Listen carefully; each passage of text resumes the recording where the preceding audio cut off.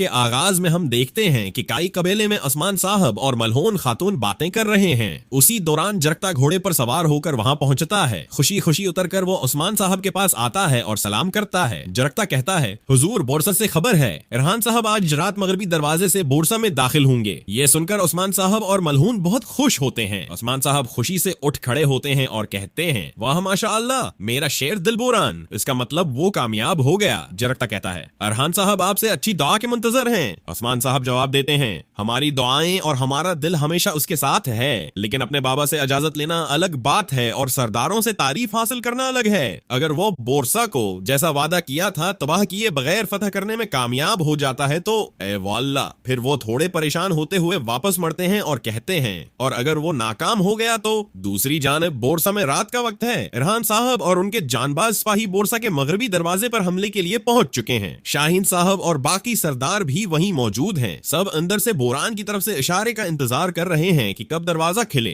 कलाए के अंदर बोरान आहिस्ता आहिस्ता दरवाजे की तरफ बढ़ रहा है। दरवाजे के करीब पहुंचते ही एक मुहाफिज पूछता है, कहां जा रहे हो, तुम कौन हो? सब चौकन्ने हो जाते हैं। बोरान एकदम उनके पास पहुंचकर अपनी तलवार से उन पर हमला कर देता है और उन सभी को मौत के घाट उतार देता है। सबको खत्म करने के बाद वह दरवाजे में लगी फीटी निकाल देता है और दरवाजा खोल देता है। बाहर बैठे इरहान साहिब, शाहीन साहिब और अलाउद्दीन साहिब चौंक जाते हैं। यह सारा मंजर देखकर खलील कहता है, हुजूर बोरान साहिब कामयाब हो गए हैं। इरहान कहता है, मेरे इशारे का इंतजार करो, हमें पूरे बुरसा में हंगामा नहीं मचाना है। दरवाजा खोलने के बाद बोरान आग के इशारे से सिपाहियों को संकेत देता है। यह देखते ही इरहान कहता है, सिपाहियों आज हमारा दिन है। लेकिन अलाउद्दीन कहते हैं, बोरान साहिब ने दरवाजा खोल दिया, अल्लाह का शुक्र है। शाहीन साहिब जवाब देते हैं, शुक्र करने में जल्दी कर रहे हो अलाउद्दीन साहिब। अलाउद्दीन फिर कहते हैं, सिपाहियों हम इरहान साहिब के इशारा करते ही हमला करेंगे, हर कोई तैयार रहे। इधर इरहान साहिब अपने सिपाहियों के साथ लगातार किले की ओर बढ़ रहे होते हैं कि तभी एक तीर बोरान के बाजू पर आने लगता है। यह देखते ही इरहान साहिब चिल्लाते हुए कहते हैं, बोरान बोरान, और वह अपनी फौज को लेकर किले की ओर दौड़ पड़ते हैं। पीछे मौजूद सिपाही जब उठने लगते हैं तो अलाउद्दीन कहते हैं, रुक जाओ, हम इशारे का इंतजार करेंगे। वहीं अंदर बोरान काफिरों को देखकर कहता है, यहाँ आओ काफिर कुत्तों, और अल्लाह ओ अकबर का नारा लगाता हुआ आगे बढ़ता है। वह बाइजेंटाइन सिपाहियों से लड़ना शुरू कर देता है। इस दौरान हम देखते हैं कि इरहान साहिब अपनी फौज के हमराह किले के अंदर दाखिल हो जाते हैं। वहीं बाइजेंटाइन सिपाही बोरान को पकड़कर अंदर की ओर ले जाना शुरू कर देते हैं। बाइजेंटाइन सिपाही पहले से ही हमले के लिए तैयार थे।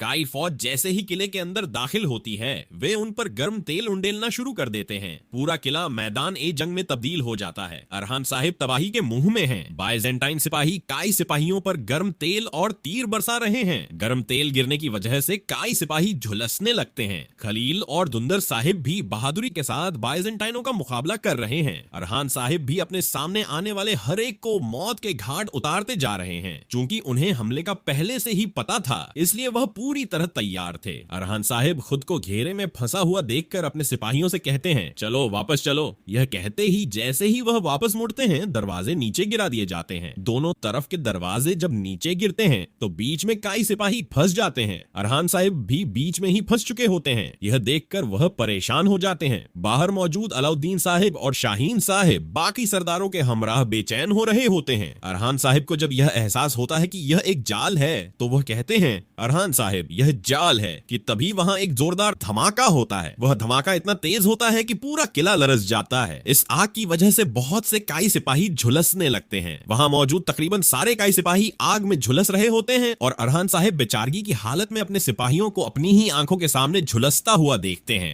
इरहान साहिब एकदम साकिन हो जाते हैं। उनके होश उड़ जाते हैं। उन्हें कुछ भी समझ नहीं आ रहा होता। उनके बाजू पर भी आग लगी होती है। तभी एक काई सिपाही भागता हुआ इरहान साहिब के पास आता है और कहता है, हुजूर आपको आग लगी है, और उनके बाजू पर लगी आग बुझाता है। इतने में ही अलाउद्दीन साहिब और शाहीन साहिब अपनी फौज के हमराह किले के दरवाजे तक पहुंचते हैं। फसीलों पर मौजूद बाइजेंटाइन सिपाही उन पर तीर बरसाना शुरू कर देते हैं। सारे काई सिपाही अपनी ढालें उनके सामने कर लेते हैं और अपने आप को बचाते हैं, लेकिन बड़ी तादाद में उन पर तीर बरस रहे होते हैं। काई सिपाही इरहान साहिब और बाकी फौज को बचाने के लिए आगे भाग रहे होते हैं और दरवाजे तक पहुंचने की कोशिश कर रहे होते हैं। अलाउद्दीन, शाहीन साहिब और बाकी सिपाही दरवाजे तक पहुंच जाते हैं। अलाउद्दीन चीखते हुए कहता है, मेरे भाई। बाइजेंटाइन सिपाही लगातार उन पर तीर बरसाते चले जा रहे होते हैं। वहीं अंदर इरहान साहिब, जिनके बिल्कुल होश उड़ चुके होते हैं, अपने सामने अपने सिपाहियों को जलता हुआ देख रहे होते हैं। उन्हें कुछ भी समझ नहीं आ रहा होता कि यह क्या हो गया है। हर तरफ कयामत का मंजर होता है, हर तरफ अफरा तफरी होती है। और फिर तभी पीछे से बुरसा का कमांडर और शहंशाह वहां आ जाता है और अरहान को पुकारता है।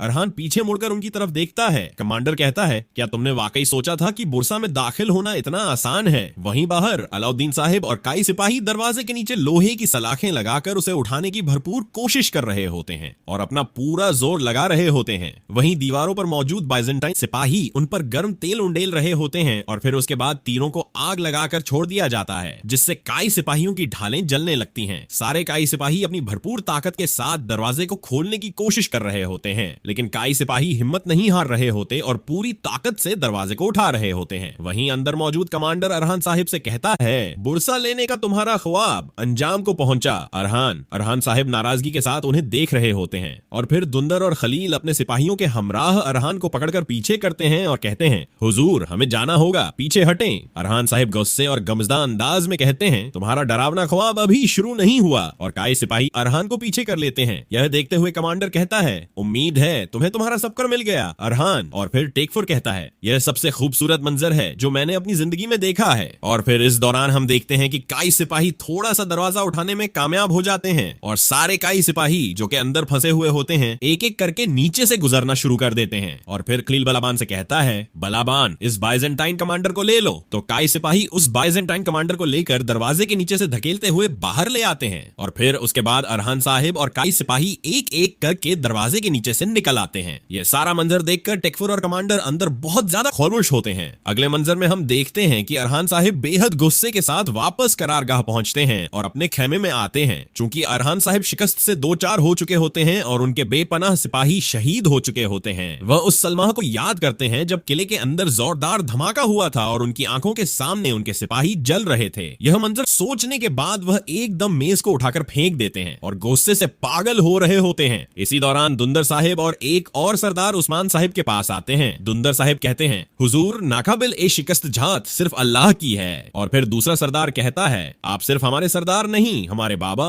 हमारे भाई भी हैं। हमारी जान आप पर कुर्बान हो। अगर आप अपना गुस्सा निकालना चाहते हैं तो मेरे इस जिस्म पर निकालें, आपके हाथ में चोट लगी है। तो अरहान साहिब कहते हैं, ए बहादुर दुंदर, ए बहादुर बलाबान, तुम सब मेरे साथी हो, ए वल्लाह। और फिर बलाबान कहता है, हम मायूसी में पड़ने की बजाय इस कली में मिलना पसंद करेंगे हुजूर। अरहान साहिब कहते हैं, मिट्टी को अभी इंतजार करने दो, उसे इंतजार करने दो, अभी हमें अजीम शहर फतेह करना है। क्या वह कैदी जो तुम लाए थे अभी तक जिंदा है? तो बलाबान कहता है, उसे मरने दो, मैं उसे उसकी पैदाइश पर पछताने पर मजबूर कर दूंगा। और फिर इसी दौरान खलील वहां आता है। अरहान साहिब कहते हैं, जंग में चमकने वाली आंखों की रोशनी बुझ गई है, खैरियत है? तो खलील कहता है, हम जख्मी सिपाहियों की देखभाल कर रहे हैं हुजूर, कोई शिकायत नहीं कर रहा। वह कहते हैं कि आपके लिए 1000 जाने कुर्बान। और फिर अरहान पूछता है, और सरदारान? जिस पर खलील खामोश हो जाता है और फिर कहता है, सरदारान वह सिपाहियों की तरह पक्के नहीं है हुजूर, वह आप पर लापरवाही से हरकत करने का इल्जाम लगा रहे हैं। वह कहते हैं कि इतने सालों का हक यह नहीं होना चाहिए था।